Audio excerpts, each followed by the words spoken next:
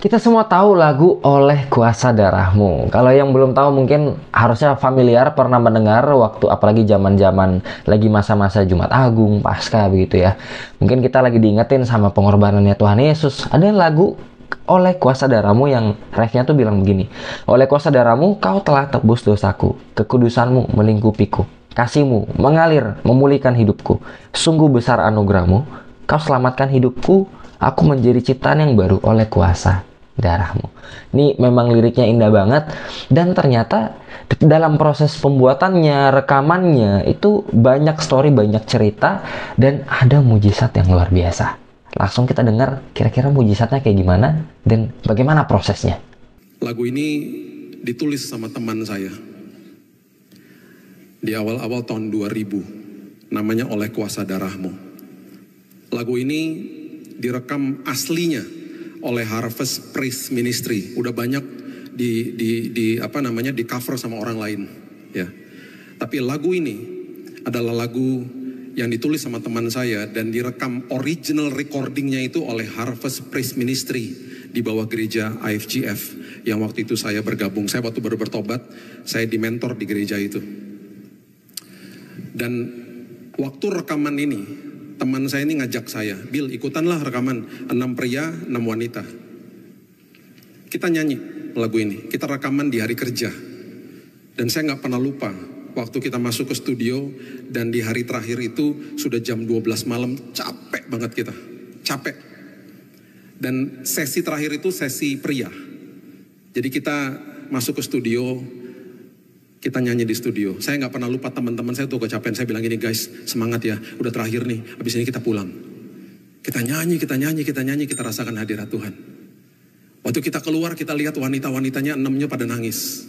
Dan tiba-tiba operator studio yang kerja di situ sudah 30 tahun, tangannya gemeteran.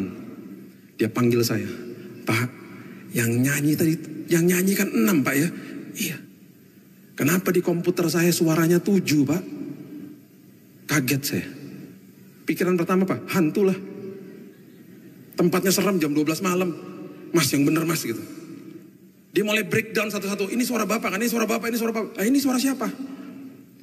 Setiap kali kalimat-kalimat darah itu dinyanyikan, suara itu melengking tinggi. Dan kita gak tahu itu gendernya apa.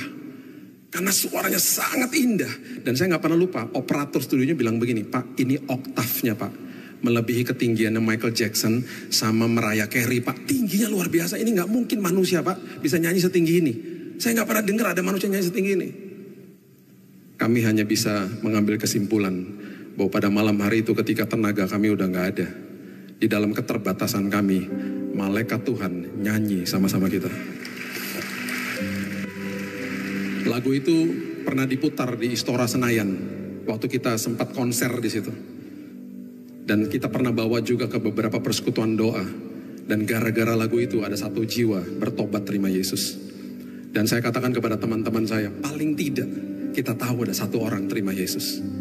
Di dalam keterbatasanmu, bermitralah dengan Tuhan. Karena Tuhan paling suka menggunakan kelemahan kita. Karena justru di situ kuasanya dinyatakan.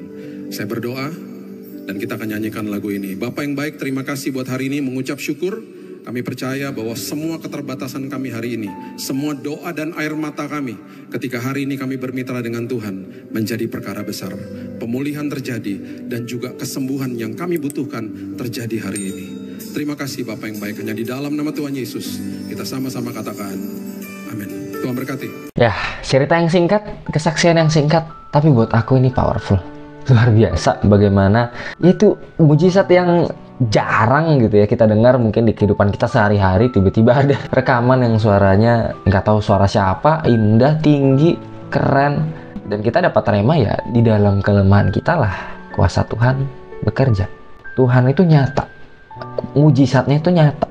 Bukan berarti kalau kamu nggak pernah ngalamin mujizat kamu nggak boleh percaya, enggak. Kamu nafas itu juga udah mujizat loh. Tapi karena kita dapat tiap hari, jadi berasanya udah bukan mujizat lagi. Kita ini anak manusia yang sulit bersyukur, sukar bersyukur. Apa-apa berasa, ini karena gue yang bisa. Justru kalau begitu Tuhan tuh nggak seneng. Karena dia mau kita tuh andelin dia. Karena memang cuma dia yang layak diandelin, cuma dia yang perlu diandelin. Kita tuh nggak bisa apa-apa. Kita manusia nggak bisa apa-apa. Kita yang berasa hebat, berasa jago. Nah, nafas lu dicabut, diambil. Kan nafas ini dari Tuhan ya. Yang bikin kita bangun pagi tadi itu siapa? Tuhan. Kalau Tuhan bilang, nggak usah bangun deh hari ini, nggak bangun kita. Ini nafas gratis. Jangan disia-siakan. Jangan dipakai suka-sukanya kita. Ini nafas punya Tuhan. Bersyukurlah. Dalam kelemahannya kita, dalam ketidakmampuannya kita, kalau kita tahu kita nggak bisa, kita nggak mampu, kita nggak kuat, ada Tuhan. Tuhan akan beracara, mujizatnya akan nyata. Mujizat tuh nggak melulu yang besar banget gitu, enggak juga. Otak kita bisa bekerja dengan baik kalau kamu pelajarin gitu ya. Otak kok bisa kayak begitu berfungsinya sedemikian rupa. Wah, itu canggihnya luar biasa, melebihi teknologi luar biasa apapun itu Tuhan yang buat. Matamu ini lebih bagus dari banyak banget kamera digabung yang udah keren banget tuh, nggak bisa melebihi matamu.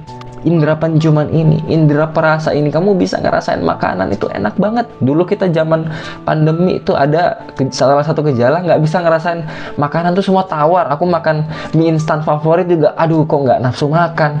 Kita dikasih perasa seperti ini, Tuhan baik, itu mujizat. Banyak banget berkat Tuhan dalam hidup kita, mungkin kita nggak sadar. Ayo, mulai hari ini, syukuri itu, bersyukur. Ucapan syukurmu, kita nggak bisa apa-apa tanpa Tuhan.